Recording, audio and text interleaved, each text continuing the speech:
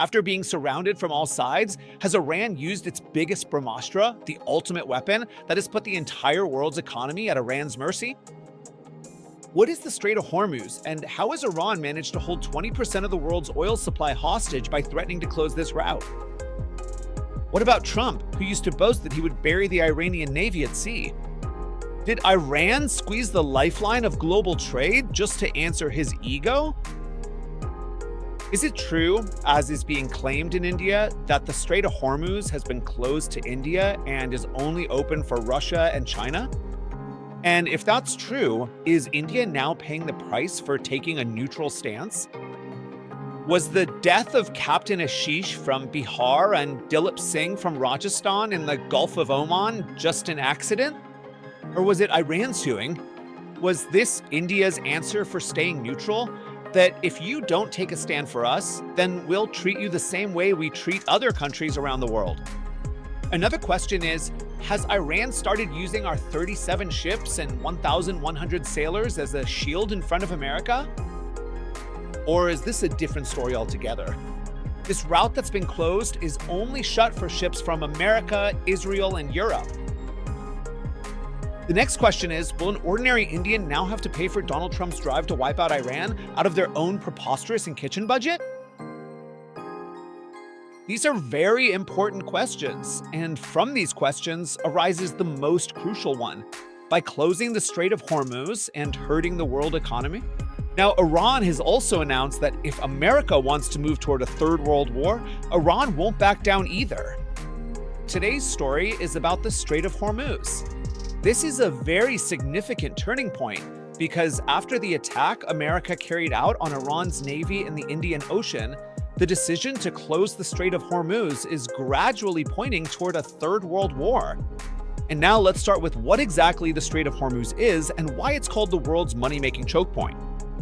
So to understand what the Strait of Hormuz actually is and why it's called a choke point, you need to look at its map. It's a very narrow sea passage between Iran to the north and Oman and Dubai to the south.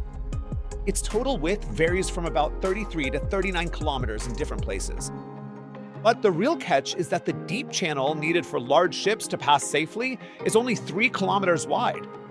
On either side of this channel, the water is shallow, which means big ships can't sail there. This means that massive oil tankers from all over the world are forced to pass through this narrow 3-kilometer wide corridor. It's only about 1,200 kilometers away from Gujarat's Mundra or Kandla port. Its strength lies in the fact that 20 to 30% of the world's crude oil and 20% of its cooking gas pass through this needle-like point. The biggest feature of this route is that it's the only gateway connecting the Persian Gulf to the rest of the world. Now, if Iran shuts this gateway, you can imagine the world's lifeline would be cut off. Because ships don't have any other shortcut. They'd have to go all the way around Africa, which would increase transportation costs by up to 50%, and it would take at least 20 more days to reach India. This route is like a lifeline for India, because we import 60% of our oil and 80% of our cooking gas through this route from Iraq, Saudi Arabia, Qatar, and Kuwait. Now, here's the second question. What about the Strait of Hormuz? Is the Strait of Hormuz only open for China and Russia while Iran has left the rest of the world to fend for itself? This is a big question. Has Iran divided the world into two parts? Why? There are reports that Iran has kept the Strait of Hormuz open only for its special friends, China and Russia. This is a reward for those two friends who stood by Iran during tough times. But the question is, will America and Europe bow down under this pressure? Or will they accept that this could lead to the start of World War III? Even though America is one of the world's biggest oil producers, global oil prices are determined by the activity in this 3-kilometer wide passage. Right now, gas prices are rising rapidly on American streets, which is a big problem for Trump. Europe's situation will get even worse, because it is completely dependent on Qatar's supply for its cooking gas, and Iran has blocked that route. As a result, factories in Europe could shut down, and ordinary people's electricity bills will double. For Israel too, this conflict will now become a matter of life and death. Because along with blocking the sea routes, Iran also started a missile blockade. But the bigger question here is not about Israel and America versus Iran, but about India.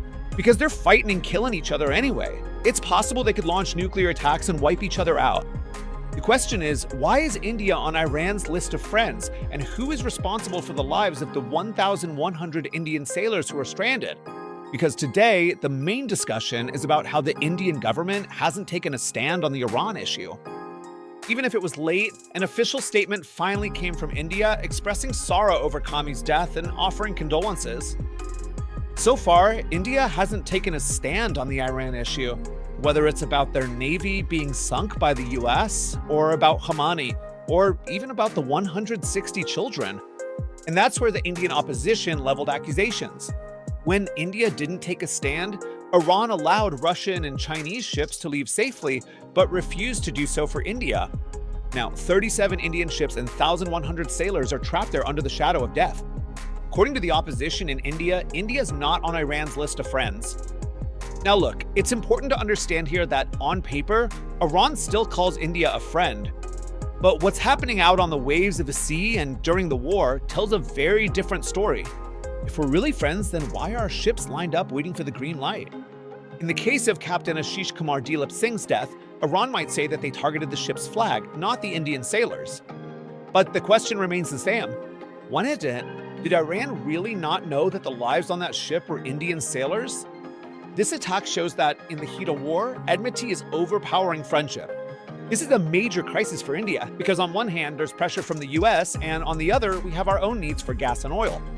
All in all, thousands of Indian sailors are at risk on the open seas, and their safety is a big question mark. However, some media reports are also saying that Iran has closed this route only for the US, Israel, and European countries. They haven't closed it for the rest of the world. But there are still conflicting reports coming in about this. It's important to have complete clarity on this matter. If this route is open only for China and Russia, then we too will have to pay the price of this war out of our own pockets. In any case, our wallets are going to feel the impact in the coming days. Because it's not just about oil, millions of Indians also work in these countries. Their homes and their money also depend on the peace of this route. The Strait of Hormuz is also a source of income and livelihood for millions of Indians. In fact, the Strait of Hormuz is not just about oil, it's also the route for the homes and money of millions of Indians. Yes, if this route stays closed for weeks, it could seriously impact sectors like agriculture, fertilizers, transportation, and electricity in India, something we never even imagined. Our entire supply of petrol, diesel, and cooking gas depends on this narrow passage. That's why the Indian Navy always stays on alert near this area, so that nothing threatens our lifeline. And then there's the Chabahar port, where we've invested thousands of crores of rupees, hoping to move forward without relying on Pakistan. But today, caught up in Iran's blockade, it looks like just another failed project. If this route stays closed for a long time, Chabahar will turn out to be a big loss for India, and our investment of crores will remain stuck. Russia has promised to supply oil, but the real question is whether that oil can reach India safely without passing through the Strait of Hormuz. If we have to import oil by taking a detour around Africa, the transportation costs will be so high that it will break the common man's back, and the prices of cooking gas and oil will shoot through the roof. Now the question is, will India's independent foreign policy pass the test in this time of major crisis? Look, India has always talked about independent thinking and building the best friendships, but today is its real test. Despite pressure from the US, India bought the S-400 from Russia and maintained its friendship with Iran. Now it's time to see whether our independent policy actually works. Will the friendship between Prime Minister Modi and Russian President Putin be able to open tightly shut doors for India? The fate of those 1,100 Indian sailors and the wallets of 1.4 billion people will be decided not just on the battlefield, but also at the negotiating table. And that's the question. Will Russian oil and our long-standing friendship with Iran benefit us now? Or will India end up suffering an unwanted loss in the fight between Trump and Iran? Right now, the waves of the Strait of Hormuz are not just water. They're going to decide what the economic future of the world and India will look like. What do you think about this? Write your thoughts in the comments section. And before you go, please subscribe to our channel so we can strengthen our connection.